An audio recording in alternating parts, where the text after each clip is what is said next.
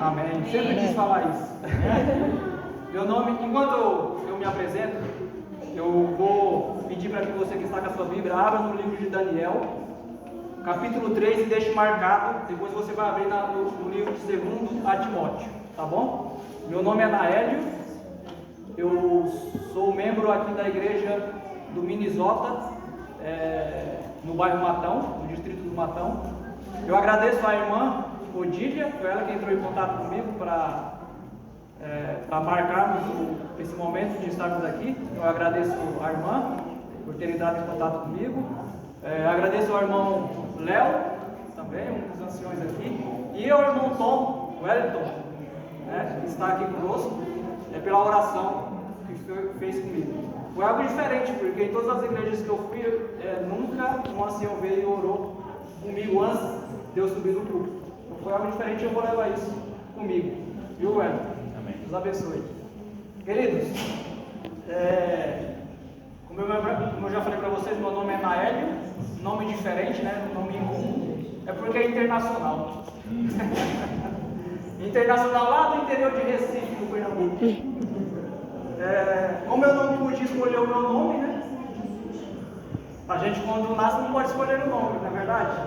Mas eu sei que lá no livro de Apocalipse, capítulo 2, verso 17, se eu não me engano, diz que os vencedores vão receber uma pedrinha branca com um novo nome escrito. Você sabia que você vai ter um novo nome no céu? Exatamente, você vai ter um novo nome no céu que ninguém conhece. Por quê? Você vai se apresentar no céu com esse novo nome que Deus vai dar. Um nome, ele representa algo importante na Bíblia. Uma mudança de nome representa a mudança de caráter. Então, nosso caráter está sendo transformado, está sendo mudado pelo poder da palavra de Deus. Então, lá no céu nós teremos o nosso nome mudado. Teve muitos personagens da Bíblia que tiveram o seu nome mudado. Jacó teve o seu nome mudado para Israel. Abraão teve o nome mudado para Abraão. Sarai teve o nome mudado para Sara. Então, muitos personagens da Bíblia tiveram seus nomes mudados, porque eles tiveram uma transformação, uma mudança de caráter. Eu sou um estudante da palavra de Deus, não sou pastor, não sou alguém que estudou teologia, mas eu estudo a palavra de Deus com muito amor, com muita dedicação. E no momento em que Deus me dá a oportunidade do púlpito sagrado, eu estou aqui para compartilhar a palavra do Senhor. E como eu sou um pregador que fala muito de profecias, inclusive estou muito impressionado com a lição que nós estamos estudando, que fala sobre o grande conflito, que está chegando no final, e eu já estou com saudade dela. Tudo que essa lição apresentou eu já havia estudado. Nos meus 8 anos de igreja adventista, o que a lição nos apresentou eu já tinha estudado, e muitas vezes, muitos momentos, mas como a gente tem um problema mental, você sabia que a gente tem um problema mental? Não fique desesperado, eu tenho esse problema mental. Todos nós temos um problema mental. O nosso problema é de esquecer as coisas. Tem alguém aqui que já esqueceu alguma coisa? Sempre nós estamos esquecendo alguma coisa. Teve uma vez que eu esqueci aonde estava a minha chave, saindo para trabalhar. Eu esqueci que eu tinha pegado a chave e colocado no bolso. Estava no bolso da jaqueta, e eu não sabia. Eu procurando essa chave em todos os lugares, e eu tive a audácia de orar a Deus: Senhor, me mostra onde está a chave. Quando eu bati a mão no bolso, a chave estava no meu bolso.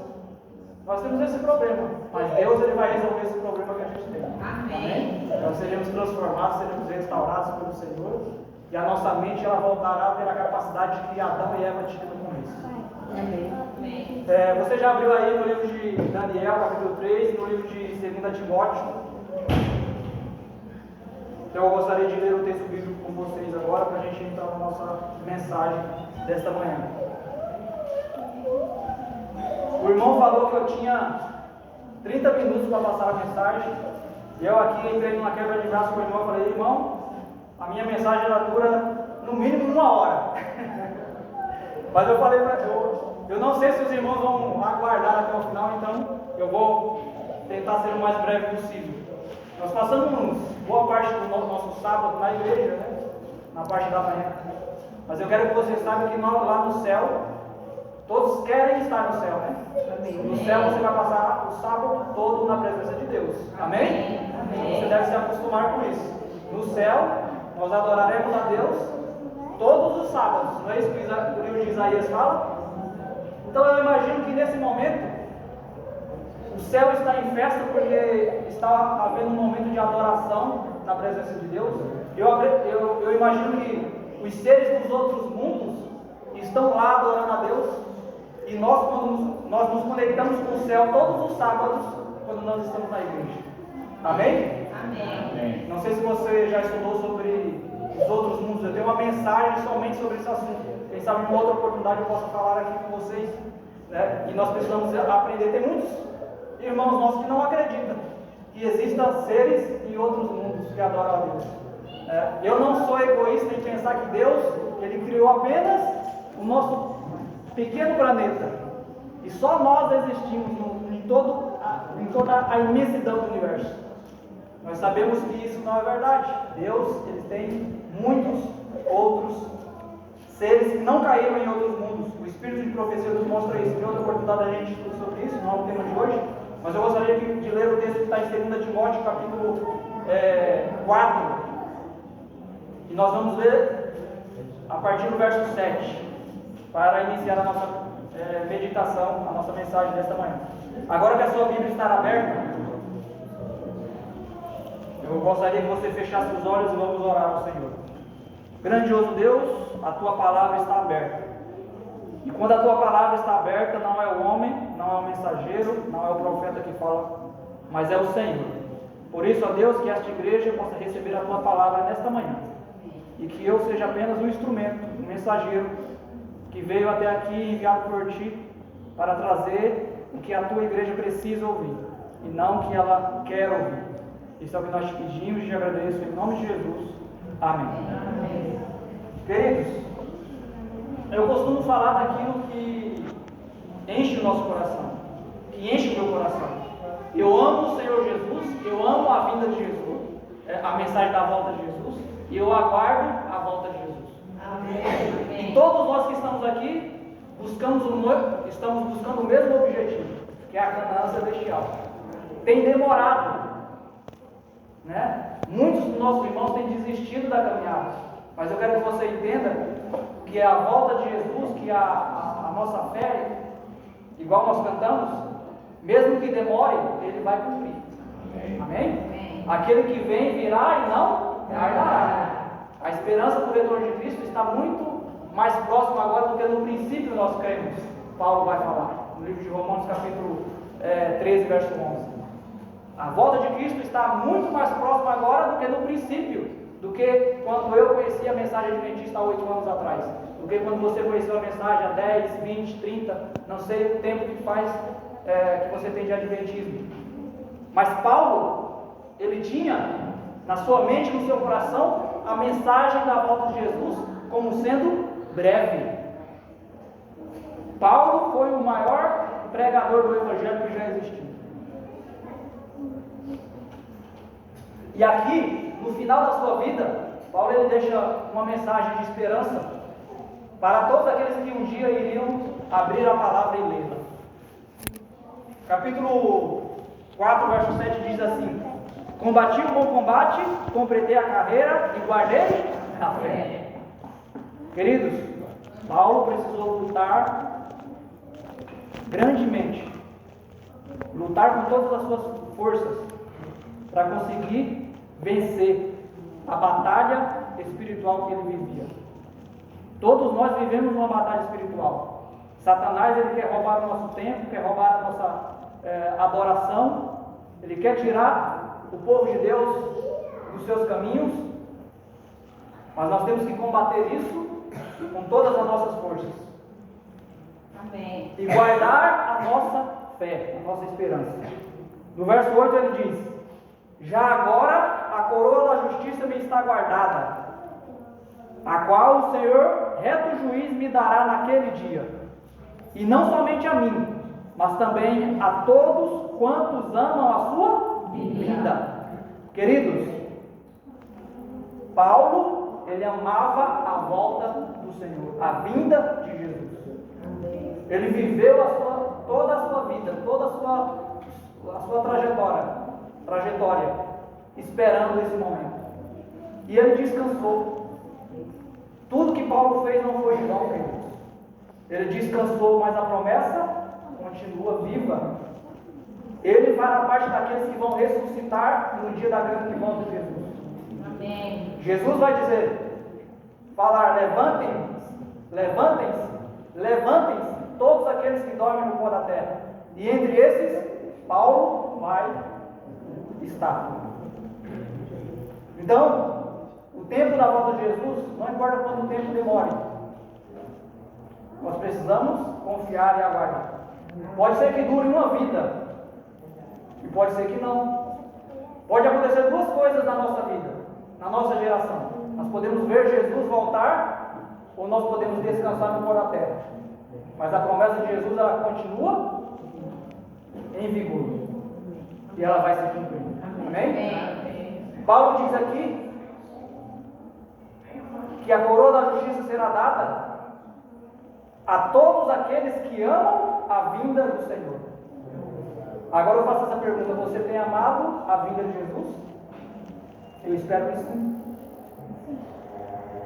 Não são todos os que estão na igreja hoje que amam a vinda de Jesus. Eles aceitaram Jesus, eles estão na igreja, mas eles não se converteram completamente ao Senhor. E pode vir uma tempestade, uma dificuldade, e com facilidade eles abandonam a fé. Nós estamos estudando uma lição que está mostrando que a igreja, que o povo de Deus, cada um de nós de forma individual, passará por momentos difíceis, onde a nossa fé será provada. E se nós não conseguirmos resistir, se nós não conseguirmos permanecer firmes e leais ao Senhor nesse momento, como que nós vamos resistir no futuro? Né, queridos? Então a lição, ela tem nos apresentado falando sobre os eventos finais, falando sobre o decreto dominical, sobre a marca da besta, sobre o selo de Deus, sobre a chuva de Serode, sobre o alto clamor. Todos esses são assuntos importantes para a nossa vida espiritual, para o nosso conhecimento, e nós precisamos estudá-los diariamente. Né? Eu estudo a Bíblia de duas maneiras. Eu estudo a Bíblia sempre com oração e sempre usando o espírito de profecia. Então, a luz menor, que é o espírito de profecia, ela vai nos ajudar a entender a luz maior. Por isso que a lição, ela tem várias passagens que falam sobre o espírito de profecia, orientações, e mostra onde ela abre o leque dos acontecimentos finais. Então eu tenho dois livros que eu costumo estudar bastante, que é o livro Grande Conflito e o livro Eventos Finais. Então, se você tem esses dois livros em casa, inclusive foi um deles é a base para a lição desse trimestre. Um deles é o livro missionário do ano passado e deste ano. Não é à toa que o Grande Conflito está sendo distribuído pela igreja em vários países do mundo. A mensagem final, ela precisa ser dada, e é a igreja que vai dar essa mensagem final. Certo? Agora nós vamos para o capítulo 13, capítulo 3 de Daniel. Vamos lá para o capítulo 3 de Daniel. Eu gosto muito desse capítulo. Já preguei algumas vezes sobre esse assunto. Já faz um tempo que eu não prego. Mas como a lição ela vem falando sobre eventos finais, sobre acontecimentos futuros, sobre uma prova de adoração. Então nós vimos na lição que a prova final sobre o povo de Deus diz respeito ao quê? A adoração. Muito em breve nós seremos provados, né? E haverá uma divisão no mundo todo, não só na igreja. No mundo inteiro haverá uma divisão entre aqueles que adoram a Deus e guardam os seus mandamentos e têm o testemunho de Jesus, e aqueles que adoram a besta e a sua imagem.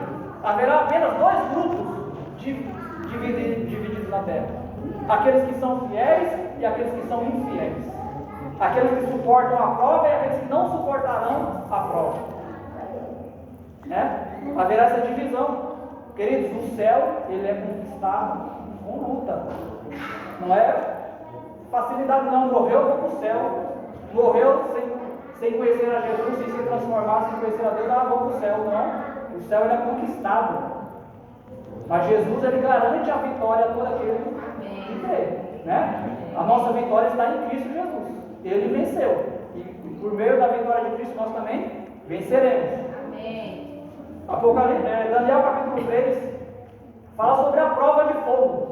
O tema da nossa mensagem dessa manhã é a prova de fogo. Mas eu poderia colocar também a prova de adoração.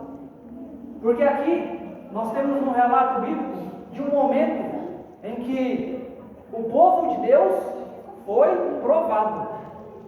Quando acontece, no contexto que acontece no capítulo 3 de Daniel, não haveria somente Sadraque, Mesaque e Abednego, Misael, Ananias e Azarias. Não só tinha esses três que serviam a Deus. Tinha muitas outras pessoas que faziam parte do povo de Deus em Babilônia.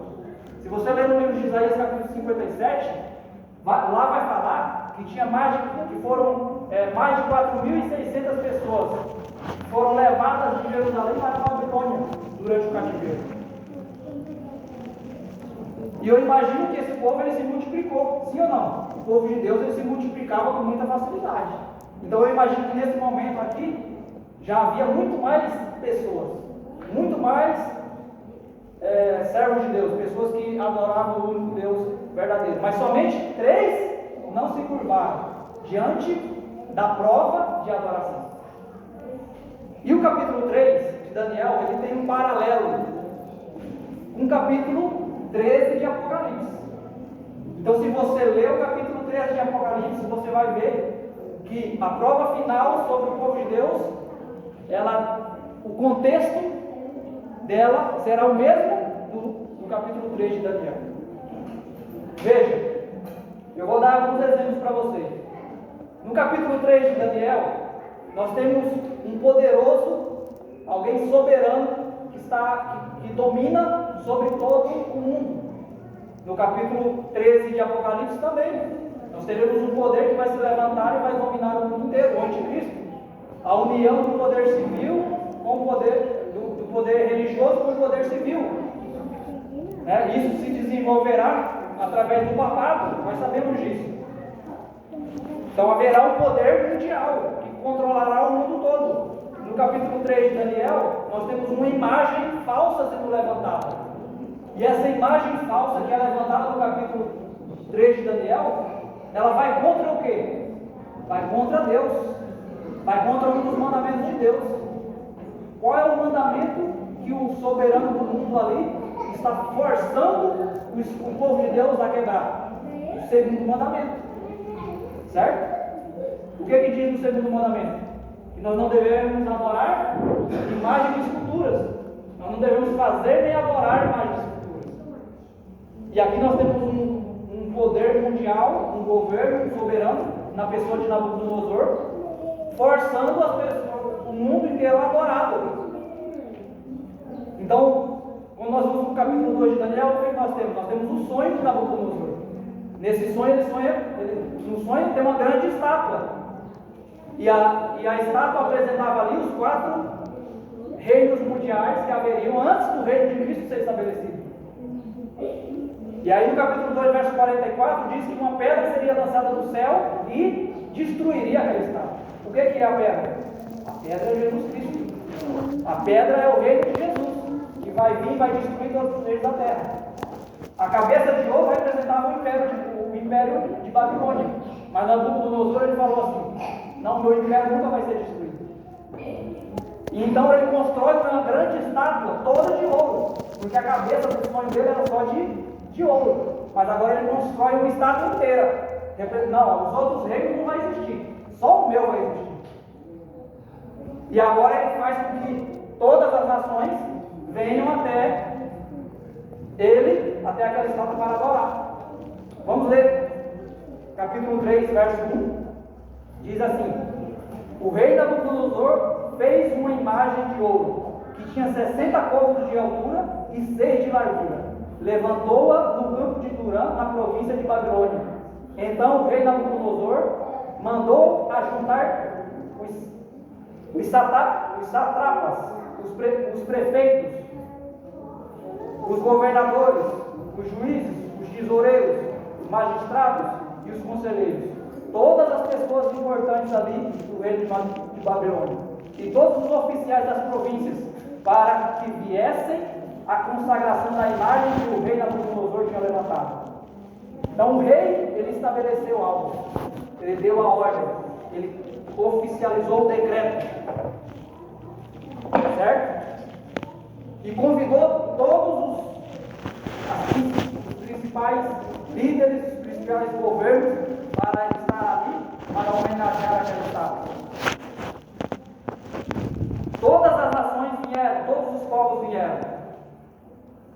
E qual era a penalidade para aqueles que não viessem e adorassem diante da estátua? Vamos ler o capítulo 6? O verso 6, perdão.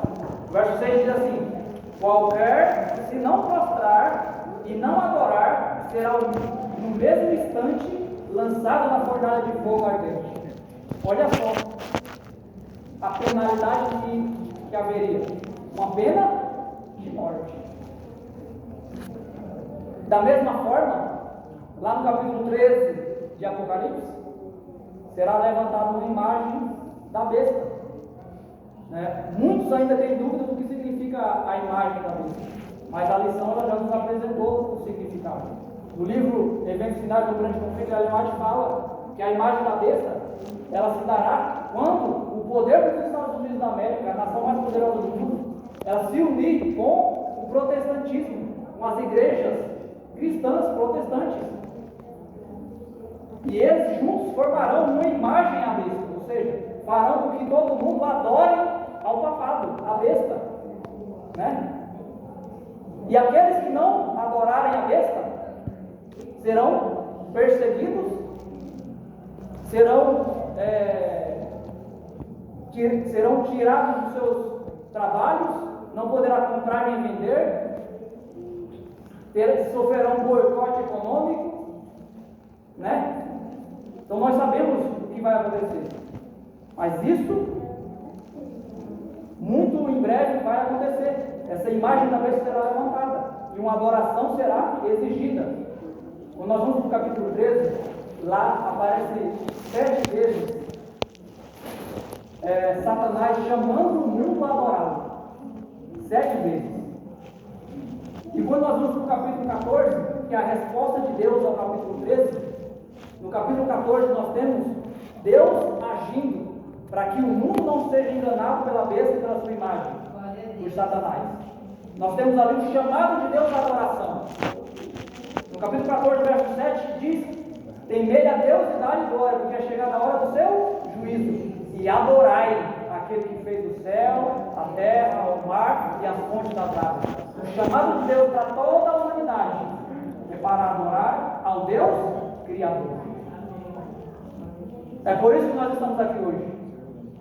Quando nós separamos o sábado, nós estamos demonstrando para o nosso colega de trabalho, para os nossos amigos da escola, para os nossos vizinhos, que nós adoramos o Deus Criador. Porque o sábado, ele registra, ele faz esse registro. Ele mostra quem é o nosso Criador. E o conflito final, o grande conflito, ele girará em torno da adoração. E o sábado, ele será um ponto decisivo nessa adoração, nessa escolha.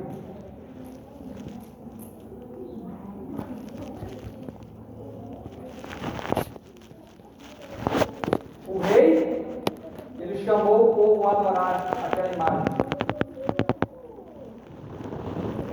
No verso 8 a 12, diz o seguinte, acompanhe comigo. Ora, no mesmo instante, se chegaram alguns homens caldeus e acusaram os judeus. Veja, um grupo, ele chega até o rei e acusa os judeus. Disseram ao rei Nabucodonosor: o rei vive eternamente, ou seja, exaltando o rei, prestando reverência. Tu, ó rei, baixaste um decreto, pelo qual todo homem que ouvisse o som da trombeta, do pífaro, da harpa da cítara, do saltério, da gaita, de fole e de toda sorte de música, se prostraria e adoraria a imagem de ouro. Então, aqueles homens que acusavam o judeu, eles chegaram até Nabucodonosor e lembraram o rei: olha, rei, você não achou um decreto que todos deveriam ir até diante da imagem adorar? E o texto continua: e qualquer que não se, o verso 11, e qualquer que se não prostrasse e não adorasse, seria lançado na fornalha de fogo ardente. E aí, quando nós chegamos no verso 12, diz o seguinte: há uns homens judeus que tu constituíste como sobre os negócios da província da Babilônia, Sadraque, Mesaque e Abednego. Eles citam o nome. Estes homens, ó rei, não fizeram caso de ti, e a teus deuses não servem, nem adoram a imagem de ouro que levantaste. Então veja, os líderes, muitas pessoas ali foram até o rei e acusaram. A mesma coisa vai acontecer conosco. Quando o decreto dominical for aprovado e o povo de Deus continuar a permanecer em obediência a Deus, guardando seus mandamentos, inclusive o sábado, muitos que nos conhecem vão ir até os líderes, os governos, e nos acusar. Da mesma forma como foi feito aqui. Algo semelhante aconteceu nos dias de Esther. Não sei se você se lembra, mas no dia de Esther foi realizado ali, foi promulgada uma lei que mandava matar todos do povo judeu. E qual era a acusação? Olha, rei, tem um povinho aí, que não guarda, não segue as nossas leis. Ele segue umas leis diferentes das nossas. E é assim que nós seremos vistos, como um pequeno povo, que não obedece ao que o governo estabeleceu.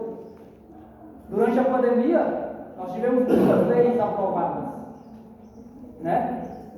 Durante a pandemia, nós sofremos algumas penalidades. Aquele que não tomasse a vacina perdia o seu trabalho. E eu posso falar disso porque isso aconteceu comigo, Por eu não tomar a vacina, eu perdi o meu trabalho. Então, quando as coisas acontecerem, o povo de Deus ele terá que tomar uma decisão. Se nós não tomarmos essa decisão agora, se nós não fortalecermos a nossa fé agora, quando isso acontecer, nós iremos fazer parte daqueles que vão adorar a besta e a sua imagem. A nossa igreja era para estar cheia de gente na Escola Sabatina, e não está. Onde que os irmãos estão? Se a gente não estudar a palavra de Deus com amor, com dedicação, a serva do Senhor diz que nós não vamos suportar. Então a palavra de Deus é a chave. O texto da lição diz: compre a verdade, não a venda. Ou seja, todo aquele que aceitou a verdade, ele tem que se abraçar as verdades que nós temos. Glória a Deus. Porque essa verdade ela vai fazer com que a gente passe por todos os momentos e saiamos vitoriosos desse grande conflito. Assim como os 3 amigos de Daniel saíram vitoriosos. O que aconteceu com eles? Eles foram jogados na fornalha de fogo, sim ou não? Sim. Mas eles morreram? Não. Eles se machucaram? Não. Por quê? Porque Deus estava com eles. Isaías 43, verso 2, se cumpriu na vida de Sadraque, Mesaque e Abednego. Nós vamos ler esse verso depois. Vamos ler o texto. Aqui o verso 14. Olha só. Falou Nabucodonosor e disse. Então, os 3 amigos, os 3 homens, eles foram levados diante do rei, pelos aqueles acusadores, e o rei falando a eles disse, falou Nabucodonosor e disse: é verdade, ó Sadraque, Mesaque e Abednego, que vós não servis a meus deuses, nem adorais a imagem de ouro que levantaste? Então eles foram levados à presença do rei, e o rei quis saber. Olha, é verdade que vocês não adoram a imagem que eu levantei? Não adoram o nosso Deus? É verdade? Da mesma forma acontecerá conosco. Acontecerá conosco. E guarde o mandamento de Deus e acontecerá com Jesus. Nós seremos levados diante dos grandes reis da terra para testemunhar da nossa fé.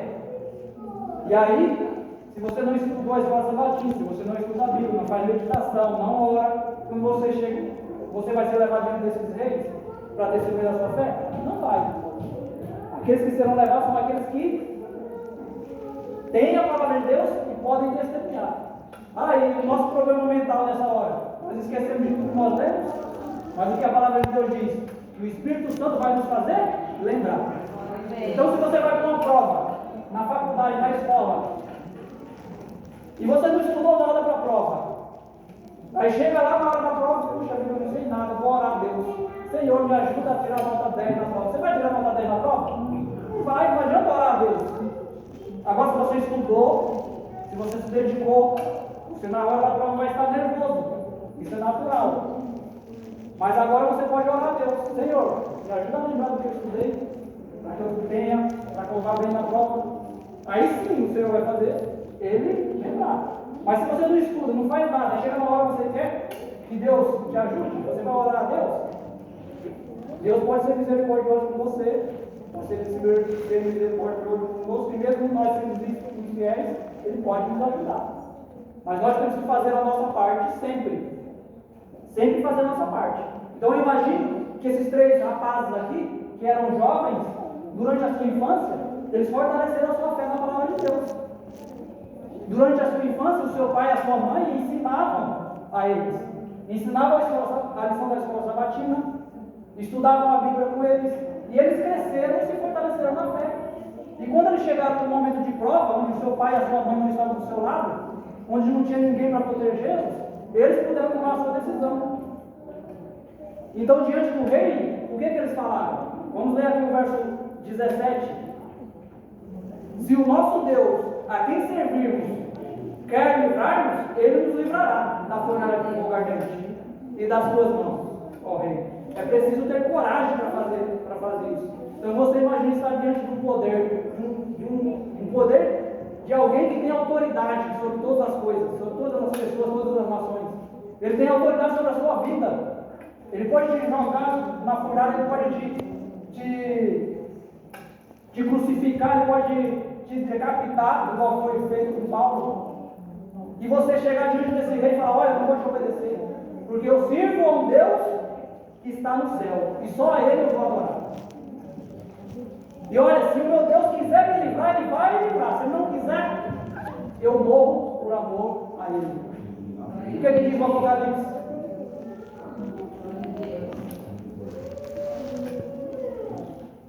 Que aquele que for fiel até o fim, ele vai receber a coroa da vida. Aquele que for fiel até a morte vai receber a coroa da vida. Amém? Amém. Então esses 3 homens, eles foram fiéis a Deus, mesmo diante da morte. Queridos, nós não precisamos temer a morte. Nós sabemos tudo sobre a morte. Tivemos uma lição da escola sabatina nos últimos trimestres, que falou tudo sobre a vida, morte e ressurreição. Além disso, nós temos muitos outros materiais. Nós precisamos entender muito bem o que acontece na morte. Porque nos eventos, entre os grandes enganos de Satanás, nós estudamos na lição da escola sabatina, haverá um engano que diz respeito à imortalidade da alma. Muitas pessoas vão ressuscitar dos mortos, vão aparecer como se tivessem ressuscitado dos mortos. Vou mudar a minha fala. E aparecerão a muitos contradizendo a palavra de Deus. Isso são espíritos de demônios que vão enganar muitos. No livro de Apocalipse fala sobre isso, no livro de Eventos Finais também fala sobre isso. Um capítulo inteiro falando sobre esse grande engano. Então nós não precisamos temer a morte. Nós temos que temer quem? A Bíblia fala que nós não devemos temer o homem. A Bíblia diz que nós devemos temer a Deus, que pode fazer perecer tanto o corpo como a alma. Não que nós temos um corpo e uma alma, mas ele está falando que Deus, o texto bíblico diz que Deus ele pode destruir o corpo, o ser todo. O corpo e o espírito, o fôlego de vida. Então a ele nós devemos temer. Assim como Sadraque, Mesaque e Abednego, Misael, Ananias e Azarias, eles temiam aquele que pode destruir o corpo e a alma, pode destruir o ser todo. E o verso 18, talvez,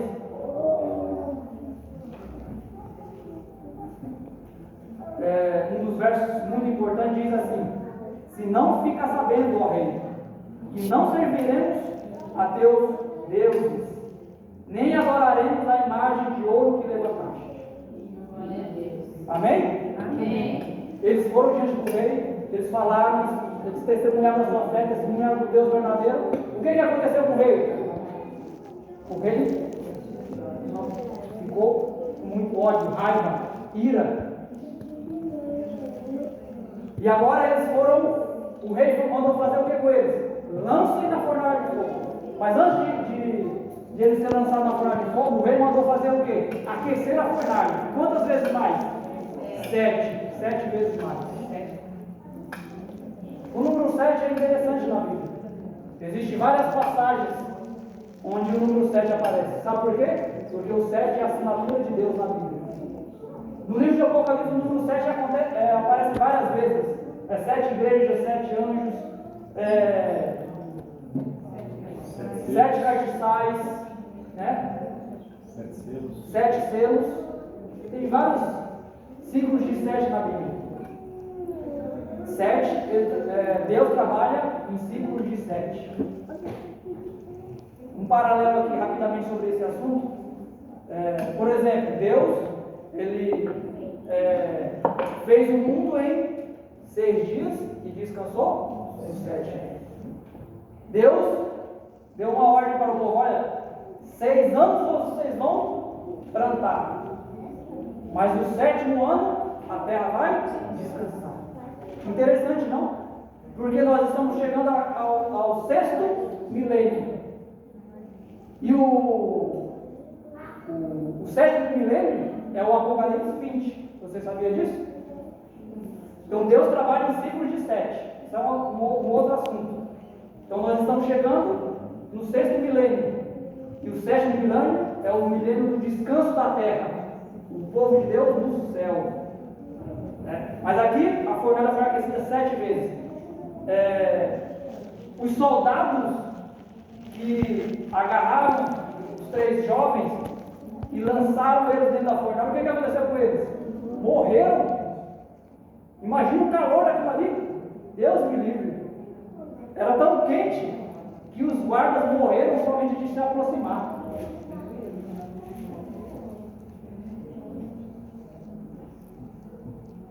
O verso 22 diz assim, porque a palavra do rei era urgente e a fornalha estava sobremaneira acesa. As chamas do fogo mataram os homens que lançaram de cima para dentro a Sadraque, Mesaque e Abednego. Viu? A estátua, ela tinha um compartimento embaixo dela. E tinha uma escada que subia até esse compartimento. E ali, na parte de baixo, tinha a fornalha acesa, como se fosse um buraco. Da mesma forma aconteceu com Daniel. A cova, Daniel não entrou na cova, Daniel foi jogado na cova. E depois foi lacrado a porta, a entrada da cova. Os 3, a Bíblia diz, foram lançados na fornalha. E agora vem algo surpreendente, algo aconteceu ali dentro. Verso 24. Então o rei Nabucodonosor se espantou e se levantou depressa e disse aos seus conselheiros: não lançamos nós 3 homens atados dentro do fogo? Responderam o rei: é verdade, ó rei. Tornou ele e disse: eu, porém, vejo 4 homens soltos que andam passeando dentro do fogo, sem nenhum dano. E o aspecto do quarto é semelhante a um filho dos deuses. Queridos, quando os 3 jovens foram lançados dentro da fornalha, E o rei olhou de longe ele olhou assim, ó. Tinha uma porta lá, uma parte aberta na frente da estátua. O rei olhou de longe e ele ficou espantado, ficou admirado. Porque aqueles 3 homens, em vez de estarem gritando, chorando, não, eles estavam ali, parados, tranquilos, andando no meio do fogo como se nada tivesse acontecido. Que coisa extraordinária! E aí quando nós vamos lá para Isaías, fecha aí, marca aí, vamos para Isaías 43.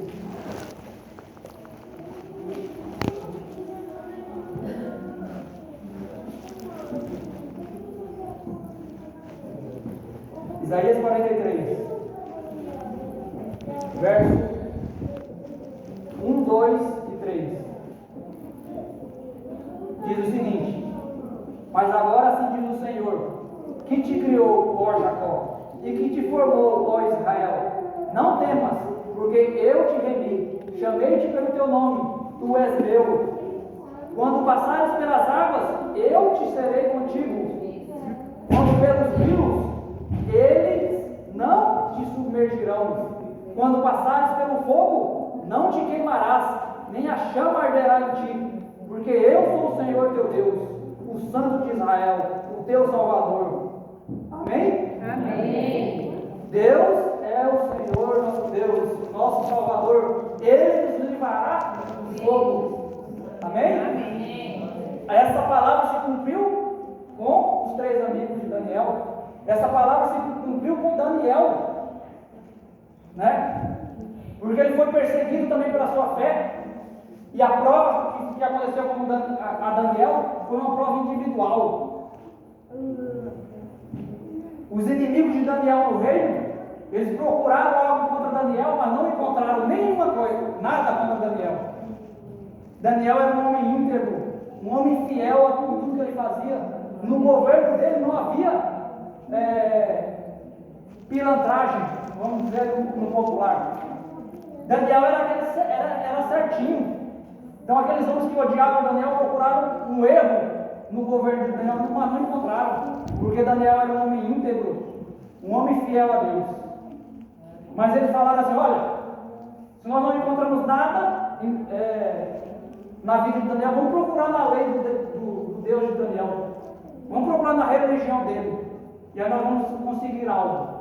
E aí eles encontraram uma forma de levar Daniel à morte.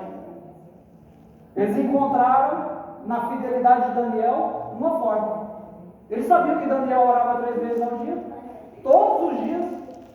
Durante todo o período que Daniel esteve em Babilônia, ele orava 3 vezes ao dia. E aquele povo conhecia a história de Daniel, porque Daniel revelou o sonho a Nabucodonosor. Daniel revelou o sonho que Belsazar teve, a visão que Belsazar teve, com o nome escrito na parede, que Deus traria juízo contra a Babilônia, e o rei de Babilônia caía. Daniel sabia, e aquelas pessoas sabiam que Daniel era fiel. Mas Daniel foi provado na lei do Senhor. Qual foi o mandamento que Daniel foi provado? Não terás outros deuses diante de mim. O decreto contra Daniel dizia o quê? Que todo aquele que fizesse adoração a qualquer outro Deus seria feito o que com ele? Seria jogado na cova dos leões. Mas Daniel, assim como seus amigos, ele cresceu e se fortaleceu na fé e foi fiel a Deus mesmo diante da morte. É assim que nós devemos ser, irmãos. Amém. Fiéis a Deus mesmo diante da morte, porque Deus é soberano. Amém. Aquele que tem a Cristo tem a vida. Amém. Aquele que não tem a Cristo não tem a vida. Jesus é a nossa vida. E todo aquele que descansa em Cristo receberá no dia da sua volta a sua recompensa. Todo aquele que for provado e permanecer fiel, ele receberá a sua recompensa. E o galardão dos justos é a vida eterna, é a Canaã celestial. É isso que nós queremos. Queridos, aquele rei, depois que viu o que Aqueles 3 jovens, o milagre que aconteceu com aqueles 3 jovens, o rei, ele mudou. Aqui começa um momento em que aquele rei começa a ser transformado. E ele passa a enxergar as coisas de uma forma diferente. Ele passa a ver que ele não é soberano coisa nenhuma. Ele passa a ver que existe um Deus no céu que pode livrar todo aquele que for fiel. E ele promulgou um decreto no seu reino após isso ter acontecido. Aqui foi o princípio da conversão de Nabucodonosor. Nabucodonosor é o único rei pagão que tem um livro, um capítulo na Bíblia, escrito por ele, que conta a história dele. É o capítulo 4. O capítulo 4 ele é uma citação de Nabucodonosor. O que aconteceu com ele? Aqui no verso 28 diz assim, ó: falou Nabucodonosor e disse: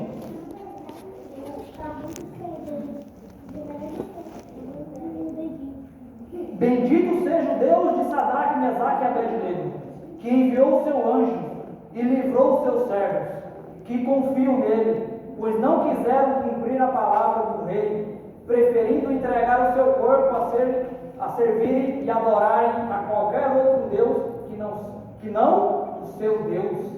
Que coisa maravilhosa, irmãos. Nabucodonosor reconheceu a fé daqueles homens. E ele disse: bendito seja o rei, o Deus de Sadraque, Mesaque e Abednego. Porque esse é o Deus que pode livrar aqueles que são fiéis. E no verso 29 diz: portanto faço um decreto, que pelo todo o povo, nação e língua, que disser blasfêmia contra o Deus de Sadraque, Mesaque e Abednego, será despedaçado, e as suas casas serão feitas em moturo, porque não há outro Deus que possa livrar como este. Nabucodonosor promulgou um decreto e disse que qualquer um que blasfemasse o nome de Deus a partir daquele momento sofreria a penalidade. Nabucodonosor reconheceu que existe um Deus no céu que pode livrar aqueles que são fiéis. Amém? Aqueles homens foram exaltados no reino. Misael, Ananias e Azarias foram exaltados mais ainda no reino. E eu concluo, irmãos, essa mensagem dizendo o seguinte: todo servo fiel que permanece até o fim será exaltado perante o universo. Amém? Amém. Aqueles homens, eles foram exaltados perante o reino humanos, mas os servos de Deus que permanecerem fiéis, que passarem pela última prova, eles serão exaltados diante do universo. Apocalipse capítulo 2, verso 10 diz: ser fiel até a morte, e te darei a coroa da vida. Glória a Deus.